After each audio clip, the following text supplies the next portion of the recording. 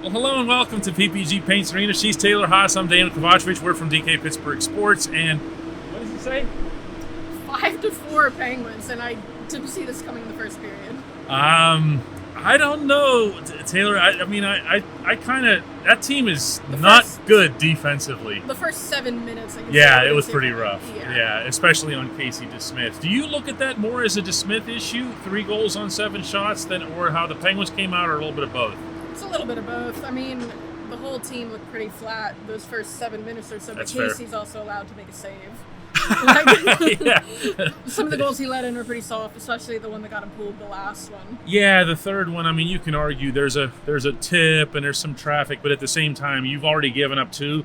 You know you've lost that license, you know, and he did. And I'll tell you what, I give Mike Sullivan credit for making that move right away, because you and I have covered enough playoff games with that head coach where he will let that Wilkes-Barre dude rot at the end of you know what I'm talking about? Yeah. Who was on the folding chair? You'd remember the name. On Long Island? Legacy, How does she remember this stuff? yeah, no hesitation. As soon as that goal went in, you saw Sullivan point to Dustin Tokarski. And, I mean, Dustin Tokarski, definitely an upgrade as a number 3 goaltender over Louis Domingue. You feel that way? Absolutely. Dustin Tokarski is one of the best goalies in the AHL this season. Okay. I mean, Louis had his moments. But just, I mean, I've watched both in the AHL, Dustin Tokarski miles above Louis Domingue. What the guys in Wilkes-Barre always talk about is just Tokarski's calmness and how that just breeds calmness throughout the lineup. But yeah, he was great in this game. The big one was the toe save on Pettersson. But hang on, you've got to before we get to that, you got to share with them what you told me in the press box about Tokarski and his personality, because calmness comes with an irony, doesn't it? Yeah, he's also a very vocal guy, very outspoken, I guess. So he's someone that does chirp opponents on the ice, and maybe sometimes his own guys. Yeah, he's intense. Is where we're headed here. He'll run his mouth a little in practice too. Can kind of maybe not rub the young guys the wrong way, but I guess intimidate them sometimes. But he's a strong personality. Well, you want a goaltender who's taking charge. Yeah. And if I'm running a developmental team, which is what Wilkes-Barre Scranton is always. I like having someone like that back there, because I want someone yelling at Ty Smith, dude, no. Yeah. You know? Mike Vellucci knows him very well, too. The two won a Calder Cup together in Charlotte in 1819, and then 1920 when Vellucci came over to coach Wilkes-Barre. That's when Tokarski followed him over. Tokarski, actually, people don't remember this, Tokarski signed an AHL deal that year. Yeah. Because the thought was, remember at the time, we thought Casey was going to be lost to waivers, and then the thinking at the time was then Tokarski was going to get his NHL deal, be the number 3. Casey ended up clearing waivers, made it down. Tokarski never, got that deal. He ended up going to Buffalo for 2 years, where he actually got, significant playing time, because the Buffalo Sabres are essentially an AHL team. They were. Let's Not be anymore. nice to them now. But then he took big strides. Out of the 17 saves that he made, Tokarski, one of them was just a puck that hit his chest. However, in that sequence, he had lost his catching glove, and this fool had the hand open. He was ready to make the save. He was, and I asked him about that afterward, and including pretty much calling him a fool, and here was his response. I don't know what happened there. I was scrambling, glove fell off, and I think there was one shot that hit me in the right side, blocker arm, so I was lucky there. But that's also that minor league mentality too. You come up, you got a chance. I'm going to do anything I have to stop that puck. Yeah, it's and we were just talking about this in the press box. Do you think he kind of has to start against Winnipeg, unless Jari's somehow ready to go? I don't think he will be. I'm starting him. I am. I just not. I understand that Casey DeSmith was good in Arizona, okay, and he was, and he comes here and he wasn't good, and I don't care. It's the next game. I don't feel like the Penguins owe anything to their backup goaltender. I don't believe in a hierarchy once you get past your starter. Does that make sense? Yeah, and I mean it's a back-to-back. Both of them are going to get in either way, but I'd ride the hot hand for the best. Well, it's game. also a back-to-back for Winnipeg, because they're in Buffalo the previous night, and if they use Connor Hellebuck against the Sabres, they might end up going with David Rittich, so we'd see David Rittich against Dustin Tokarski. When we come back, the Penguins' offense in this game. Welcome back to Penguins 24/7 on DK Pittsburgh Sports. She's Taylor Haas. I'm Dejan Kovacevic, and the final score ended up 5-4 in the Penguins' favor, which would make you think that there was some real smooth offensive showing by the team, and all I saw was a really bad defensive Vancouver team. And I got to tell you, I'm riding down the elevator here with Ian McIntyre, who's covered the Canucks for years out there for the Vancouver Sun. And he said it's the leakiest, worst Vancouver team he's ever covered. So I don't know. What do you think? Yeah. I mean, definitely this is the Canucks team. I think this is kind of what we expected to see from him. It seemed like they went for it last year, maybe too soon. It's definitely still a rebuilding team. But the Penguins' offense, I mean, were you convinced by it? Were you sold? I mean, it's nice to see the output from Evgeny Malkin that we saw. Yeah, 2 goals, 2 assists, number 1 star, and deservedly so. Yeah, and then same with Jason Zucker, for him to have the night he has. I wouldn't say that this is a sign of things that keep coming. I don't think you put much stock into a game against the Vancouver Canucks. Yeah, it almost feels like, you know what, you've seen the Penguins already blow games like this against teams that they should have creamed. And now, after the 6-game losing streak, they now have a couple of wins that are kind of, okay, great. But it's going to take a lot of what Jason Zucker did here tonight.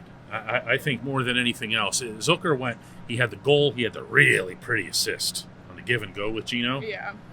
And then, of course, he had the big hit on Connor Garland.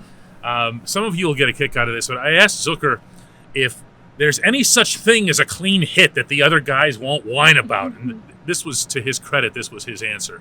I mean, honestly, if they didn't say something about it, they're not doing their job either, so I don't blame them. But, at the same time, I think it's definitely changed a little bit. But, I think they were respectful about it and, kind of left it alone after that. This guy, Taylor, Mike Sullivan said this about 3 weeks ago, and it's really stuck ever since then, that he's capable of dragging the Penguins into the fight. Mm-hmm. And it felt like that's what happened here after 3-0. Yeah, Jason Zucker, you mean? Yep. Yeah, Jason Zucker. What a surprise from him. I know we talked a lot about, coming into this season, that if anyone needs to have a bounce back year, it's him after the year he had. I mean, at this point, I'm looking to contract extension. He's in a contract year. I think you have to keep him. For Zucker, it's funny. The bounce back that you're looking for wasn't in the G column. It wasn't in the A column. It was in the GP column. Yeah, it's okay. He just needs to be out there, and you see what he's capable of doing, and you see the chemistry that he has with Gino. Mm-hmm. And when we talked about that give and go. Yeah. On the second goal. Yeah. Gino makes a nice play that you observed out in between the blue lines to get the puck. But then it's Zucker follows him into the zone. Zucker told me that he called out, mm-hmm. drop it. Mm-hmm. Okay, Gino gives it to him. And from there, that's it as far as communication goes. Okay, you saw the way they switched sides. Gino goes like this. Gino goes down there at that net, back to the back end of it. And Vancouver didn't defend it particularly well, but we'll leave that out. And Zucker with a really smooth backhand for Gino's tap in there. Taylor, how much has it meant to this team just to have, Mike Sullivan talks about pairs instead of lines. Yeah. Sid, Jake, and now Gino and Zucker.